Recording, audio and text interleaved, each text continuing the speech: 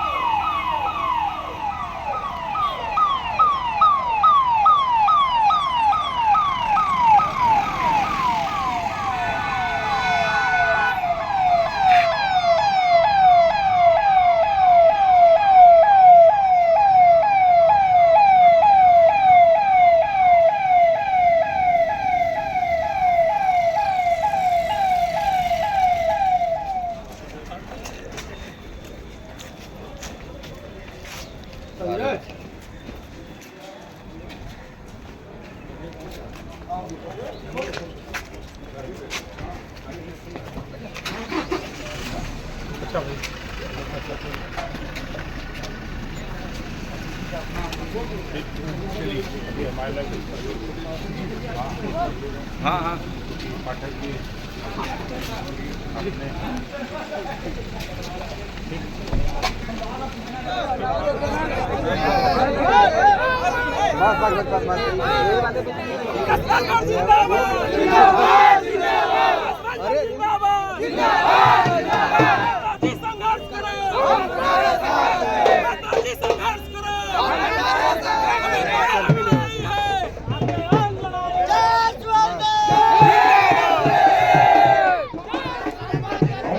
राजभर जी, जो तुम चाहते हो वही हम चाहते हैं। आने वाले दिनों में घरेलू बिजली का बिल हम जीरो करके दिखाएंगे, ये हम आपको गारंटी के साथ कह रहे हैं। और परसों में मेरठ में जब था, इसी बात को प्रधानमंत्री जी बोल रहे थे तो मैं बैठ के हंस रहा था कि मेरी बात जब दिल्ली में 18 जुलाई 2023 को हुई, आज वही बात देश के प्रधानमंत्री जी ने आज मेरठ की धरती पर वही बात बोल रहे हैं। इसका मतलब कि आने वाले दिनों में हमारा बिजली का बिल अब हम लोगों को देना नहीं पड़ेगा। गरीबों, तेरा घरेलू बिजली का बिल माफ करने की व्यवस्था देश के प्रधानमंत्री योजना बना चुके। ये बात वहां जब मैंने कहा, उनके जेहन में बैठ गई। तीसरी बात मैंने उनसे कहा कि मान्यवर, आपका एक प्रदेश है गुजरात, आप वहां से आते हैं, मैं तो आता हूं यूपी से, मैं तो यूपी से हूं और यूपी में बड़ी आबादी है। पूरे देश का सबसे बड़ा प्रदेश उत्तर प्रदेश है, 25 करोड़ आबादी। यहाँ का नौजवान बड़ी संख्या में बेरोजगार, उनके रोजगार की व्यवस्था। उन्होंने कहा कि ओम प्रकाश राजभर, मुझे चिंता है, जो आप कहते हो सही कहते हो।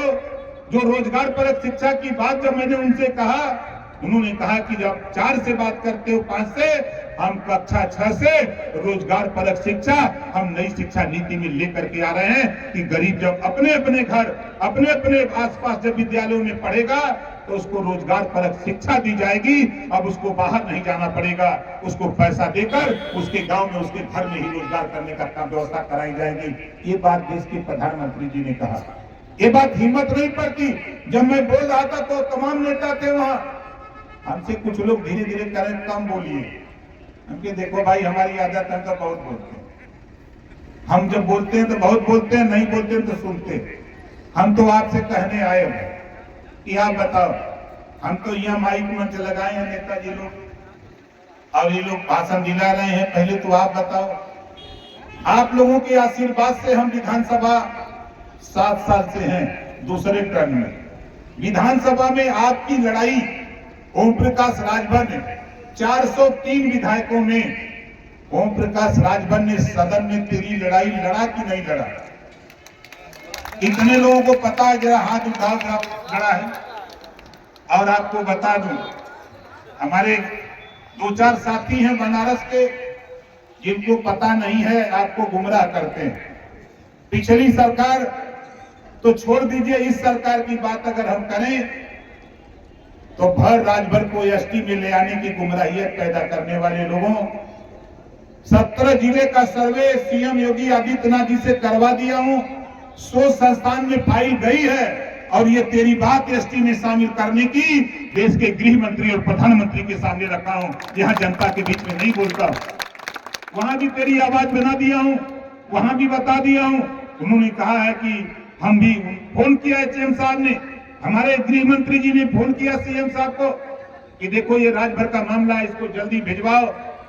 दुर्भाग्य हुआ, काम चालू हुआ शोध संस्थान, वो पूरा नहीं हुआ, तब तक साथी आचार संहिता लग गई। और मेरी कोशिश है, आप बताओ, सदन में अगर ओम प्रकाश राजभर अंदर नहीं होता तो बताओ क्या सर्वे होता? क्या सर्वे होता? नहीं होता। लेकिन हमारे 2-4 साथी है जो गुमराह करते हैं।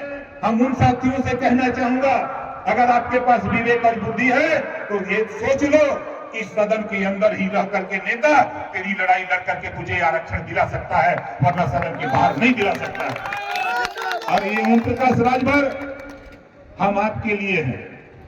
आपने देखा हम आपके लिए बराबर लड़ते हैं और हम तो चाहते हैं कि चुनाव बीतेगा, सरकार बनेगी, सदन अगला सदन चलेगा, उसके बाद विधानसभा में यहां से प्रस्ताव भिजवाकर उत्तर प्रदेश में 1 सीट हमको मिली, लोकसभा घोषित सीट मिली है। वहां पार्टी के नेताओं ने डॉक्टर अरविंद राजभर को प्रत्याशी बनाया और प्रत्याशी बनाया है, और वहां के लोगों ने मन बनाया है, भारतीय जनता पार्टी, निषाद पार्टी, अपना दल के साथी मन बनाए हैं कि डॉक्टर अरविंद राजभर को दिल्ली की पार्लियामेंट में भेज करके हम वहां बहस कराएंगे आरक्षण के सवाल पे। ये घोषी की जनता वहां के लोग कर रहे हैं, भारतीय जनता पार्टी के लोग वहां काम कर रहे हैं और हमारे साथी लोग गुमराह कर रहे हैं। आप देख सुन लो साथी, ओम प्रकाश राजभर बनने के लिए पहले 14 साल गांव-गांव घूमो। ओम प्रकाश राजभर आज 22वां साल है। पूरे बनारस तो छोड़ दो, पूरे देश में चुनौती देता हूं। कोई माइक लाल नहीं कह सकता कि ओम प्रकाश राजभर किसी से थाने की दलाली किया हो, किसी से 1000-500 रुपया पार्टी चलाने के लिए मांगा हो। ओम प्रकाश राजभर पैसा तो लेता है, हम तो 2 लाइन का दोहा बना के लेते हैं, मांगो उसी से जो दे दे खुशी से और कहे ना किसी से। हम ऐसे लोगों से लेते हैं और लेके पार्टी चलाते हैं। आज साथियों आप सोच लो, प्रदेश तो छोड़ दो, भारतीय समाज पार्टी को आज देश की राजनीति में लाके खड़ा कर दिया। बोलो सही बात है कि गलत है?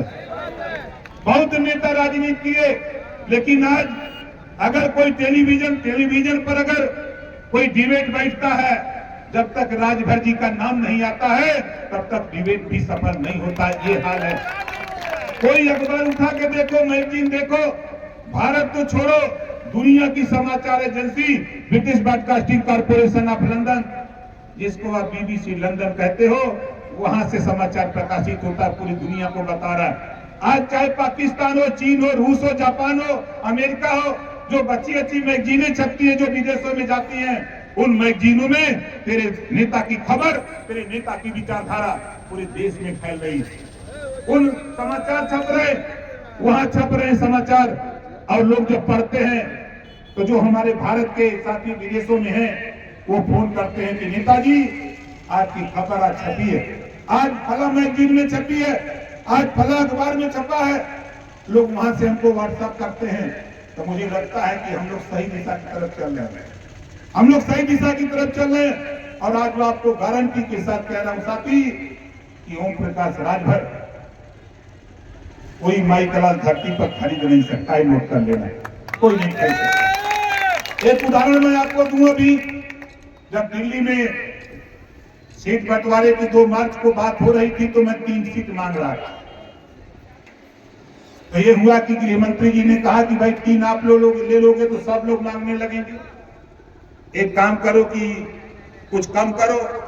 तो कम करते करते 1 सीट मिली लोकसभा की घोषी। हमने सोचा कि अब दाव एक और लगा लें। हमने कहा कि नहीं लोकसभा दे सकते हो तो 2 एमएलसी दे दो भैया। तो उन्होंने कहा कि फिर गड़बड़ कर रहे हो, 2 मत मांगो, 1 का मांगो, 1 दे दिया। मैं नहीं जानता था कि एमएलसी की इतनी बड़ी कीमत होती है। पूर्व मुख्यमंत्री के बेटे तमाम उद्योगपति उस एमएलसी सीट को खरीदने के लिए हमारे यहाँ लाइन लगा लिए। ओम प्रकाश राजभर ने एक शब्द कहा, एक लाइन, यहाँ बिकाऊ माल नहीं है, जहाँ बिकता है जाके खरीदो। ओम प्रकाश राजभर के यहाँ बिकने वाला काम नहीं।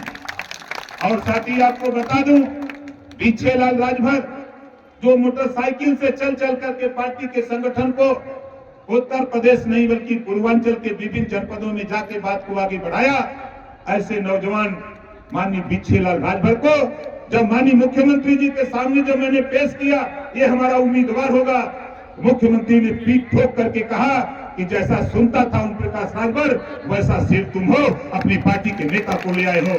बधाई देता हूं आपको कि आपने दुनिया को एहसास करा दिया। ये स्थिति साथियों, हम आपसे कहना चाहते हैं कि ओम प्रकाश राजभर आज इधर जो आया, आपको आश्चर्य होगा, पीएमओ दफ्तर से फोन आया, वहां से मुझे बताया गया कि प्रधानमंत्री जी का निर्देश है कि 1 और 2 तारीख को आप जाओ बनारस। हमने पूछा काम बता दो, कहा वहां जाकर के थोड़ा घूम आओ। हमके घूमने तो हम नहीं जाएंगे। उन्होंने कहा कि थोड़ी 2-4 सभा कर दो, खबर तो दे दो, अपने शेरों को जगा दो, तेरे पास बहुत शेर है, और वो शेर जग जाएगा तो फिर उसको कोई सुला नहीं सकता है, और ये शेर जग करके मोदी जी को प्रधानमंत्री बनाने का काम करेगा। फिर मैंने यहाँ के नेताओं से बात की कि भाई देखो, ऐसा उधर से निर्देश है और आप लोग 2-4 कार्यक्रम लगा लो।